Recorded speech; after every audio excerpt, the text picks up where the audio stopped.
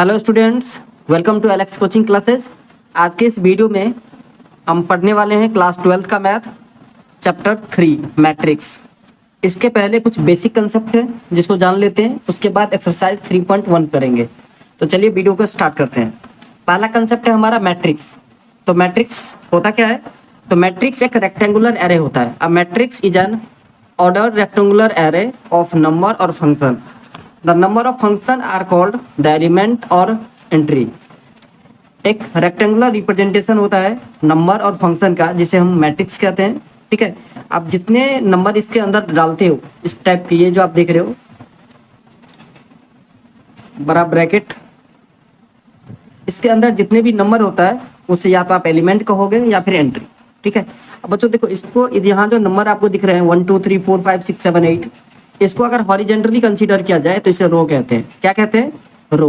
तो कितने रो है बच्चों? 1 2, 2 रो हैं। ठीक है, और वर्टिकली जब आप कंसीडर करोगे, वर्टिकली काउंट करोगे तो इसे हम कॉलम कहेंगे। तो कितने कॉलम है? 1 2 3 4, 4 कॉलम है।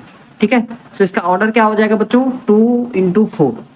ये 2 × 4 ऑर्डर का एक मैट्रिक्स है। बात आई समझ में? ऑर्डर ऑफ मैट्रिक्स जो नीचे लिखा है matrix has m rows and n column, then its order is written as m × n। अगर किसी मैट्रिक्स का नंबर ऑफ रोज m हो और नंबर ऑफ कॉलम n हो तो उसका ऑर्डर कैसे लिखोगे आप? m × n। बात आई समझ में? कितना कंसेप्ट क्लियर है? ओके, नेक्स्ट एक कंसेप्ट है। सपोज कीजिए ये जो अभी हमने लिखा था 1 2 3 4 5 6 7 8, इस सब को तो हम क्या कहते हैं? तो आप कहोगे सर अभी तो आपने बता दिया कि एंट्री कहते हैं या फिर एलिमेंट कहते हैं। चलो ये तो बिल्कुल सही है, बट ईच एलिमेंट का भी तो कुछ ना कुछ नाम होगा ना। तो ये देखिए, ये इस 1 को अगर कंसीडर करते हो आप, ये फर्स्ट रो है और फर्स्ट कॉलम का ये एलिमेंट है, इसे हम A11 कहेंगे, मतलब element of first row first column. Similarly 2 का क्या होगा? A first row second column, A12। ऐसे ही 3 को क्या लिखोगे आप? A13। 4 को क्या लिखोगे? A14। बात आ रही है समझ में? अच्छा, अब बताओ 5 को क्या लिखे? तो ये बच्चों देखो, सेकंड रो है और फर्स्ट कॉलम है। कौन सा रो है? Second row first column. इसे क्या लिखेंगे? A21। बात आई समझ में? A22 क्या है हमारा? 6 है।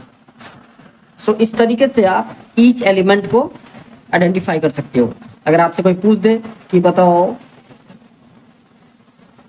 A24 क्या होगा, तो आप कहोगे 8, ये वाली नंबर। बात आई समझ में? इतना कंसेप्ट क्लियर है? चलिए नेक्स्ट है हमारा टाइप्स ऑफ मैट्रिसेस। एक होता है कॉलम मैट्रिक्स। एक ऐसा मैट्रिक्स जिसमें सिर्फ और सिर्फ एक ही कॉलम हो, उसे हम कॉलम मैट्रिक्स कहते हैं। यहाँ पर देखिए ध्यान से, ये सिर्फ एक कॉलम है। ठीक है, तो इससे हम क्या कहेंगे? Column matrix. बच्चों बताओ इसमें रो कितने हैं? आप कहोगे सर 1 2 3 रोज है। इसका ऑर्डर कैसे लिखोगे? 3 × 1। क्लियर? अब चलिए, उसके बाद होता है हमारा रो मैट्रिक्स। रो मैट्रिक्स क्या होगा? एक ऐसा मैट्रिक्स जिसमें सिर्फ और सिर्फ एक रो होगा। कितने? एक रो होंगे। ठीक है, जैसे देखिए यहाँ पर 1 5 9, कितने रोज हैं? तो एक। ठीक है, कॉलम कितने हैं? 1 2 3। ऑर्डर कैसे लिखोगे आप? 1 × 3।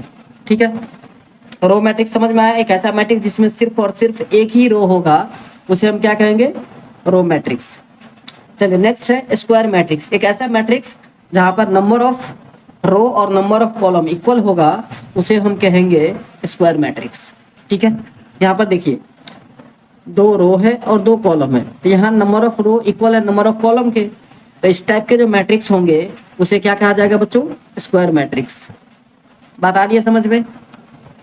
चलिए नेक्स्ट है डायगोनल मैट्रिक्स। अब ये क्या होता है? एक ऐसा मैट्रिक्स जिसमें सिर्फ डायगोनली कोई एलिमेंट होगा, अदरवाइज सब जीरो होंगे, उसे हम डायगोनल मैट्रिक्स कहते हैं। मतलब ये कि डायगोनल एलिमेंट को छोड़ करके बाकी सारे अगर जीरो होते हैं तो उसे हम डायगोनल मैट्रिक्स कहते हैं। यहाँ पर ध्यान से देखिए, ये डायगोनली एलिमेंट है, बाकी सारे क्या है? जीरो। लिखा है a square matrix whose all element except the diagonal element are zeros is called diagonal matrix. अब ये कैसा होना चाहिए, तो डायगोनल मैट्रिक्स देखने के लिए आपका मैट्रिक्स स्क्वायर मैट्रिक्स होना चाहिए। अब स्क्वायर मैट्रिक्स मैंने आपको बता दिया कि नंबर ऑफ रो और नंबर ऑफ कॉलम इक्वल होना चाहिए। सो ये 3 × 3 ऑर्डर का एक स्क्वायर मैट्रिक्स है जिसमें सिर्फ डायगोनल एलिमेंट है, अदरवाइज सारे जीरो हैं। तो इस टाइप के मैट्रिक्स को क्या कहेंगे, डायगोनल मैट्रिक्स। याद रहेगा। चलिए नेक्स्ट है हमारा स्केलर मैट्रिक्स। स्केलर मैट्रिक्स क्या होता है बच्चों, कि कोई ऐसा डायगोनल मैट्रिक्स जिसका डायगोनल एलिमेंट अगर सेम हो, ठीक है, नॉन जीरो होना चाहिए, जीरो नहीं, जीरो को छोड़ करके अगर सेम हो तो उसे हम स्केलर मैट्रिक्स कहते हैं। याद रहेगा। यहाँ पर देखिए डायगोनली जो एलिमेंट है वो सारे सेम है, 2 2 2 लिखा है, तो इस टाइप के मैट्रिक्स को आप कहेंगे स्केलर मैट्रिक्स। डिफिनेशन यहाँ पे लिखा है, अ diagonal matrix whose all diagonal elements are same non zero is called a scalar matrix। Next है आपका यूनिट और आइडेंटिटी मैट्रिक्स। अब आइडेंटिटी मैट्रिक्स क्या होता है, एक ऐसा डायगोनल मैट्रिक्स जिसका डायगोनल एलिमेंट सिर्फ 1 होगा, ठीक है, और नॉन डायगोनल 0 होगा, उसे हम कहेंगे यूनिट मैट्रिक्स या फिर आइडेंटिटी मैट्रिक्स। यहाँ पर ध्यान से देखिए, ये डायगोनल एलिमेंट है वो क्या है, 1 है, 1 के अलावा और कुछ नहीं हो सकता, ये याद रखना है आपको, ठीक है। चलिए नेक्स्ट है हमारा जीरो मैट्रिक्स और या नल मैट्रिक्स। एक ऐसा मैट्रिक्स जिसमें कोई भी एलिमेंट ही ना हो या फिर सारे 0 0 हो तो उसे हम जीरो मैट्रिक्स कहेंगे। याद रहेगा। नेक्स्ट है इक्वलिटी ऑफ मैट्रिक्स। अब दो मैट्रिक्स अगर बच्चों दिया हो ए और बी तो उसको हम इक्वल मैट्रिक्स कहेंगे या इक्वलिटी ऑफ मैट्रिक्स कहेंगे यदि उन दोनों का ऑर्डर क्या होना चाहिए, सेम होना चाहिए। सबसे पहला दोनों का सेम ऑर्डर होना चाहिए, मतलब एक अगर 3 × 3 का है, सपोज करो ए मैट्रिक्स 3 × 3 का है तो बी भी 3 × 3 का ही होना चाहिए इक्वलिटी के लिए। दूसरा corresponding elements of A and B are same, और कॉरस्पॉन्डिंग एलिमेंट जो है वो भी सेम होना चाहिए, ठीक है। तो इस टाइप के मैट्रिक्स को हम कहते हैं इक्वलिटी ऑफ मैट्रिसेस या equality of matrix. Concept clear हुआ। चलिए अब आते हैं हम एक्सरसाइज 3.1 पर। इन द मैट्रिक्स ए एक मैट्रिक्स है जिसके एलिमेंट आपको दे दिया है। सबसे पहला क्वेश्चन पूछा है ऑर्डर ऑफ द मैट्रिक्स। तो बच्चों देखो इसमें कितने रो है, आप कहोगे सर 1 2 3 रो है। कॉलम कितने हैं, 1 2 3 4 है। तो ऑर्डर कैसे लिखोगे, पहले number of row into number of column, so 3 × 4। ये पहला क्वेश्चन का आंसर हो गया, ठीक है बच्चों। अच्छा करा नंबर ऑफ एलिमेंट कितने हो गए, तो 3 4 जाए कितना 12, तो 12 एलिमेंट होंगे, काउंट कर लीजिए आप। करा राइट द एलिमेंट A13। अब हमने आपको बता दिया A13 का मतलब क्या, फर्स्ट रो थर्ड कॉलम। तो देखिए कौन सा है, फर्स्ट रो थर्ड कॉलम, ये वाली 19। तो A13 आंसर कितना आएगा 19। फिर पूछ रहा है आपसे A21 ये है बच्चों, second row first column. So A21 कितना है, आप कहोगे sir 35। Third row third column तो क्या आएगा माइनस का 5। सो A33 है बच्चों माइनस का 5। फिर आपसे पूछ रहा है A24 मतलब सेकेंड रो फोर्थ कॉलम, तो ये है सेकेंड रो फोर्थ कॉलम है ये, तो क्या कट पॉइंट कहाँ बना 12 के पास, तो A24 हो जाएगा बच्चों 12। फिर कह रहा है A23 मतलब सेकेंड रो थर्ड कॉलम, ध्यान से देखना, सेकेंड रो थर्ड कॉलम ये रहा भाई साहब, कहाँ कट पॉइंट बना 5/2 के पास। सो A23 क्या हो जाएगा 5/2। यही आपका आंसर है फर्स्ट क्वेश्चन का। समझ में आया। चलिए नेक्स्ट क्वेश्चन नंबर 2 कह रहा है if a matrix has 24 elements what are the possible orders it can have, what if it has 13 element. अब देखिए टोटल नंबर ऑफ एलिमेंट कितना है बच्चों 24। कितने 24। ऑर्डर क्या हो सकता है, पहला तो हो सकता है 1 × 24 मतलब एक रो होगा और 24 कॉलम हो जाएगा। दूसरा क्या हो सकता है, तो 2 × 12 दो रो होंगे और 12 जो है कॉलम हो सकता है। तीसरा क्या हो सकता है, तो 3 × 8। चौथा 4 × 6। पांचवा 6 × 4। छठा क्या होगा, तो 8 × 3। फिर 12 × 2। फिर 24 × 1। समझ में आया। तो इतने नंबर ऑफ पॉसिबल ऑर्डर हो सकता है। अगर एक मैट्रिक्स जिसके टोटल नंबर ऑफ एलिमेंट 24 हो तो इतने पॉसिबल ऑर्डर हो सकते हैं इसके। ठीक है। अब कह रहा है 13 के लिए क्या हो सकता है, तो 13 के लिए तो बहुत आसान है, पहला या तो 1 रो 13 कॉलम होंगे या फिर 13 रो 1 कॉलम होगा, ठीक है। तो ये दो पॉसिबल ऑर्डर होंगे अगर 13 एलिमेंट है तो। क्लियर। ये कैसे निकालते हैं, जैसे आपने फैक्टर पढ़ा होगा छोटे क्लास में, सेम कंसेप्ट है। चलिए थर्ड क्वेश्चन है आपका, कह रहा है if a matrix has 18 element what are the possible order pairs. ये तो आप लोग खुद कर लोगे, बहुत आसान है। 18 का क्या हो जाएगा, पहला 1 इंटू 18, दूसरा 2 इंटू 9, तीसरा 9 इंटू 2, 3 इंटू 6 भी हो सकता है, ठीक है। फिर 6 इंटू 3 होगा,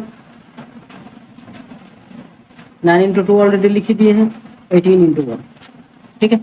तो थर्ड क्वेश्चन बता ही दिया, वैसे आपको खुद करना था। चलिए उसमें कह रहा है कि 5 एलिमेंट होगा तो क्या होगा, 2 ही पेयर होंगे, 1 इंटू 5 और 5 इंटू 1। सो बात आ रही है समझ में आप लोगों को। 3 क्वेश्चन हो गए। चलिए चौथा क्वेश्चन है, construct a 2 into 2 cross 2 matrix a I j कुछ element are given below. I क्या होता है बच्चों, आई जो है वो आपको रो को दिखाता है, ठीक है, और जे जो है वो कॉलम को, ठीक है। अब देखिए 2 क्रॉस 2 का अगर मैट्रिक्स है तो मैट्रिक्स कैसा होगा, कुछ इस टाइप से, A11 A12 A21 और A22, ये हो गया 2 क्रॉस 2 का मैट्रिक्स, ठीक है। अब आपसे कह रहा है कि इसका वैल्यू निकालना है, क्या सबका, ए आई जे इक्वल्स टू आई प्लस जे का होल स्क्वायर बाई 2। देखिए यहाँ से अगर A11 निकालोगे आप तो क्या होगा, 1 + 1 इसका होल स्क्वायर अपॉन में 2। तो 1 + 1 2 होगा, 2 का होल स्क्वायर होता है बच्चों 4, 4/2। आंसर कितना आया 2। तो पहला आंसर ये हो गया। ऐसे ही A12 निकालोगे, A12 तो 1 + 2 का स्क्वायर मतलब 3 का स्क्वायर 9 हो गया, अब भाई नीचे तो 2 है ही। ऐसे ही A21 निकालोगे तो सेम ही होगा, 9/2। और A22 निकालोगे तो 2 + 2 4 का स्क्वायर 16/2। सो A22 = 16/2 8 हो जाएगा। क्लियर, आया समझ में आप लोगों को। सो फोर्थ का फर्स्ट पार्ट कर दिया हमने, सेकंड और थर्ड पार्ट आपको खुद करना है। कमेंट बॉक्स में कमेंट कीजिए कि आपका आंसर क्या आया, मैं आपको रिप्लाई करूंगा कि आपका आंसर सही है या गलत है, तो फटाफट कमेंट कीजिए जल्दी। चलिए फिफ्थ क्वेश्चन बताएं।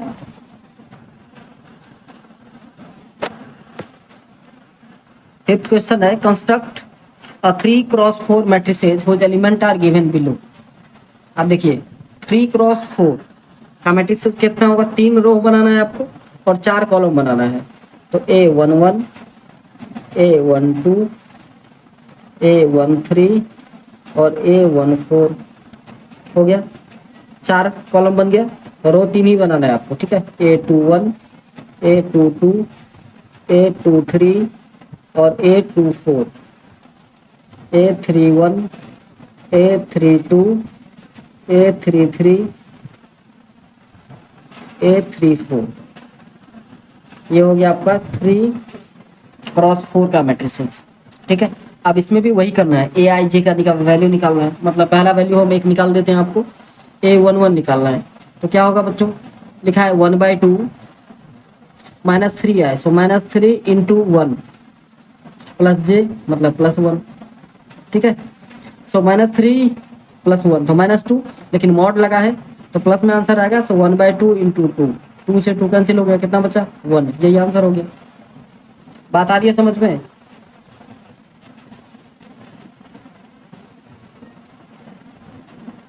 ऐसे ही आपको वैल्यू निकालने हैं, निकाल लोगे। आई का मतलब है रोज और जे का मतलब है कॉलम। रो और कॉलम का वैल्यू आपको सब्स्टिट्यूट कर देना है, आंसर आया। क्वेश्चन नंबर 6 कह रहा है, find the value of x, y and z from the following equations. बहुत आसान है, यहाँ पर ध्यान से देखिए। दो मैंने बताया था, 2 मैट्रिसेस इक्वल होगा या उसके करस्पॉन्डिंग एलिमेंट क्या होंगे, सेम होंगे। तो इसका देखिए y का वैल्यू कितना हो जाएगा, यहीं से दिख रहा है आपको 4, z का वैल्यू कितना होगा 3, इसका भी सेकंड रो एलिमेंट, इसका भी सेकंड एलिमेंट, फर्स्ट रो का सेकंड एलिमेंट मतलब सेकंड कॉलम कह सकते हैं आप, ठीक है। एक्स का वैल्यू क्या होगा 1। आ रही है समझ में? यहाँ पर देखिए एक्स प्लस वाई कितना, तो 6, एक्स वाई कितना 8, ठीक है। और 5 प्लस जेड कितना 5, तो यहाँ से जेड का वैल्यू क्या हो जाएगा 0 हो जाएगा, ठीक है।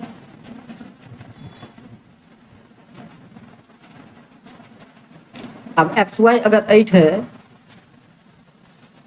और यहाँ पर देखिए एक्स प्लस वाई कितना 6 है, तो एक्स का वैल्यू या तो 4 हो सकता है, वाई का वैल्यू 2 हो सकता है, या फिर एक्स का वैल्यू 2 हो सकता है, वाई का वैल्यू 4 हो सकता है। ये पॉसिबल है क्योंकि 8 लाना है ना, तो 4 2 8 होता है, और 4 प्लस 2 करोगे तो ही 6 होगा। सो एक्स का वैल्यू या तो 4 या 2 होगा, वाई का वैल्यू 2 या 4 होगा, ठीक है।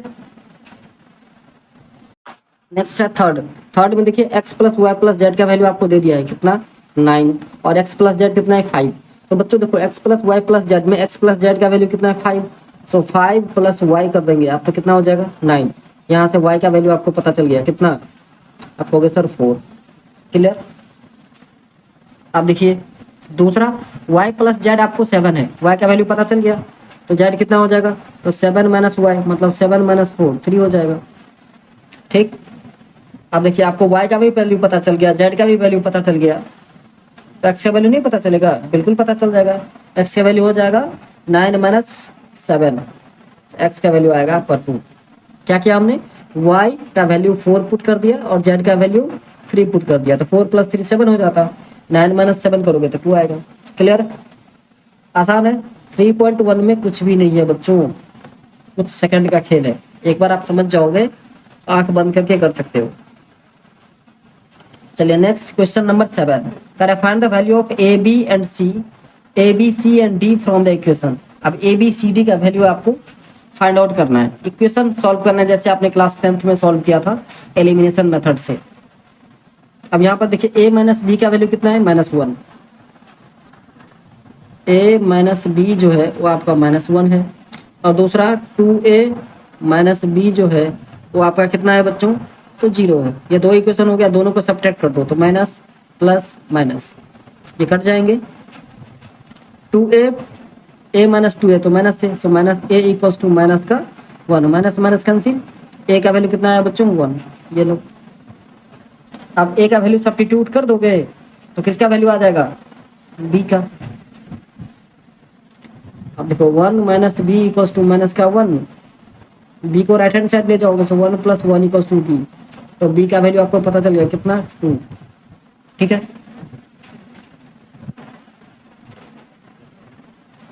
ऐसे इस दोनों इक्वेशन को एलिमिनेशन मेथड से सॉल्व कीजिए, और c और d का वैल्यू क्या आता है ये कमेंट बॉक्स में कमेंट करके बताइए, ठीक है। मुझे आपका कमेंट का इंतजार रहेगा, और हम आपको रिप्लाई भी करने वाले हैं कि किसका आंसर सही गया और किसका गलत, ठीक है। चलिए क्वेश्चन नंबर 8 करा, a equals to A I J M cross N is a square matrix if. आप स्क्वायर मैट्रिक्स के लिए हमने क्या बोला था, हमने तो यही कहा था ना कि नंबर ऑफ रोज जो है वो इक्वल होना चाहिए किसके, नंबर ऑफ कॉलम के। तो यहाँ पर सी ऑप्शन देखिए m इक्वल्स टू n लिखा है, ये नंबर ऑफ रो m है और नंबर ऑफ कॉलम n है, ये दोनों अगर इक्वल हो जाएगा तो स्क्वायर मैट्रिक्स होगा। सो ऑप्शन सी जो है आपका वो करेक्ट आंसर है। क्लियर? चलिए क्वेश्चन नंबर 9 कह रहा है which of the following given values of x and y make the following pair of matrixes equal. अब देखिए इक्वल कब हो सकता है, तो 3x प्लस 7 इक्वल्स टू 0 है बच्चों, यहाँ से x का वैल्यू आप निकालोगे तो x का वैल्यू आएगा -7/3। Clear? 2 minus 3x equals to 4 है, 2 माइनस 3x इक्वल्स टू क्या है 4 है, सो 2 माइनस का 4 करोगे तो 3x हो जाएगा। सो x का वैल्यू कितना है बच्चों -2/3। सब देख रहे हो x का वैल्यू यहाँ पर वेरी कर रहा है, ठीक है। So not possible to find होगा, ऑप्शन बी करेक्ट है आपका। यूनिक वैल्यू ही नहीं आ रहा है, अलग अलग वैल्यू आ रहा है, इसलिए ऑप्शन बी जो है वो आपका वो करेक्ट आंसर है। चलिए नेक्स्ट क्वेश्चन नंबर 10 कह रहा है the number of all possible matrices of order 3 into 3 with each entry 0 और 1 ईच। अब देखिए ऑर्डर कितना है बच्चों, तो 3 × 3, सो 3 3 जा 9।